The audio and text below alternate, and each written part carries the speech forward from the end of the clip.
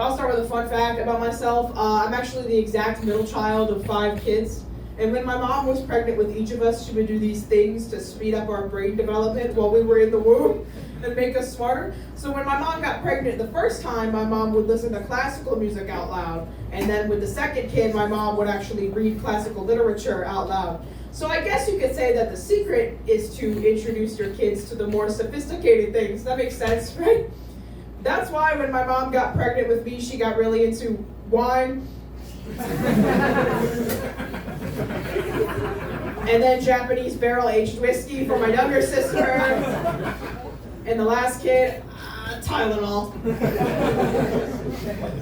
I'm a big introvert. We got any introverts in the crowd tonight?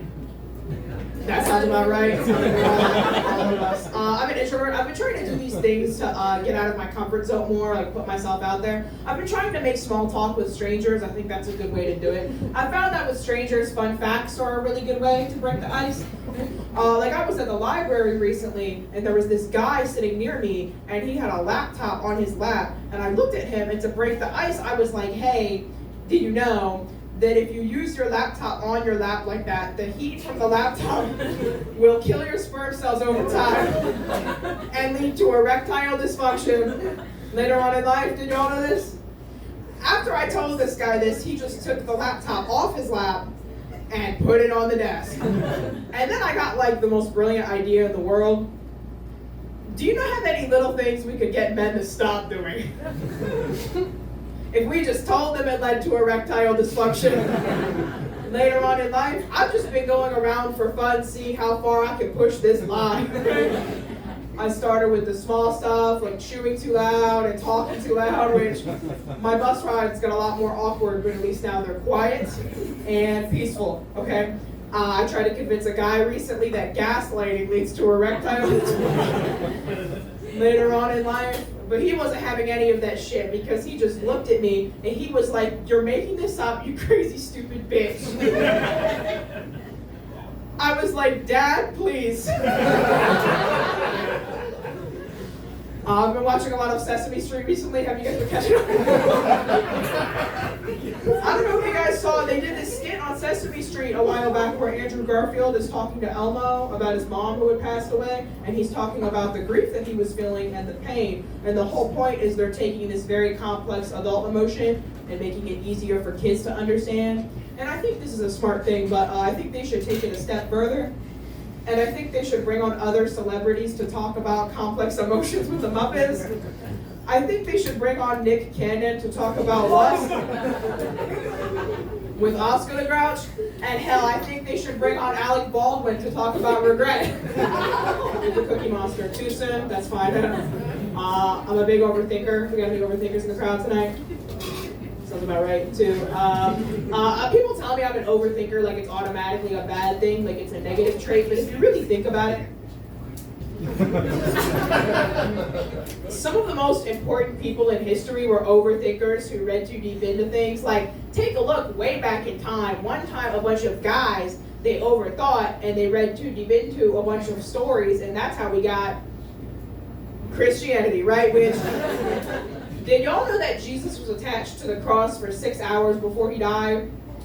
6 hours stuck to the cross, left with nothing but his own thoughts. He was probably up there overthinking every life decision he had made up until that point, just his entire life running before his eyes like, fuck. I should have treated Judas better, shit. Then I never would have ended up here. 6 hours, that's a long time. He was probably up there wondering shit like, did I leave the stove on? Why did I let 2 mosquitoes onto the ark? I'm getting fucking torn up here. Do I look skinny? I hope I look skinny. I didn't eat at the Last Supper so I could look good up here. And my personal favorite, I wish I had a father figure growing up. I feel like I kind of lost some of you guys in the Christianity stuff. Am I reading that right? Am I reading that right? That's fine. That stuff can be hit or miss. I think I fucking nailed it, so thank you. I'm working on my confidence this year. That's new. It's not very easy to work on your confidence. I've learned that as a whole, naturally, men are just way more confident than women. And I learned this simply by observing homeless men. These are are men with no money, no resources, and they are still way more confident than I could ever hope to be in my life. One time I gave a homeless guy $5 and he asked for my phone number and he asked to go on a date with me. I was like, it depends on who's paying, you know? One time I was walking down the street and this homeless guy was asking me for money and I just ignored him and I kept on walking, but he yelled at me and he was like, "You fat bitch. You go home and you run on the treadmill, you fat bitch." I was like, at least one of us is eating. I was like, sir, I'm gonna lighten it up. I watch a lot of porn. Are you guys a porn crowd? I don't know if you guys ever noticed these advertisements that they put at the beginning of shit. Carry on.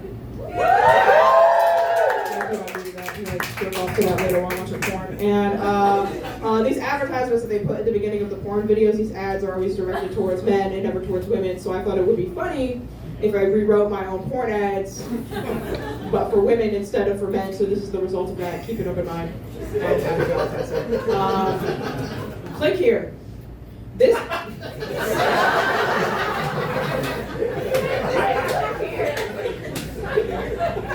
Click here. This daily supplement is guaranteed to turn your vagina into a dick-destroying guillotine. Hey, if there's any single people, talk to me after the show. Are you alone? Click here to play a free porn game that might make you come. Hot single men in your area want to listen to your problems. We got any single people in the room, or are we all couples this Valentine's Day? Okay. I've been single for a little over 5 years, if you guys couldn't tell. And being single for a long period of time, it's a lot like being the end piece on a loaf of bread. Because you open up a loaf of bread and you look at the end piece and you're like, I mean, technically there's nothing wrong with it, but I don't want to eat this shit. I'm just going to leave it in the bag for the next person. Are you guys not a bread crowd? Am I reading you guys? You guys want to eat bread?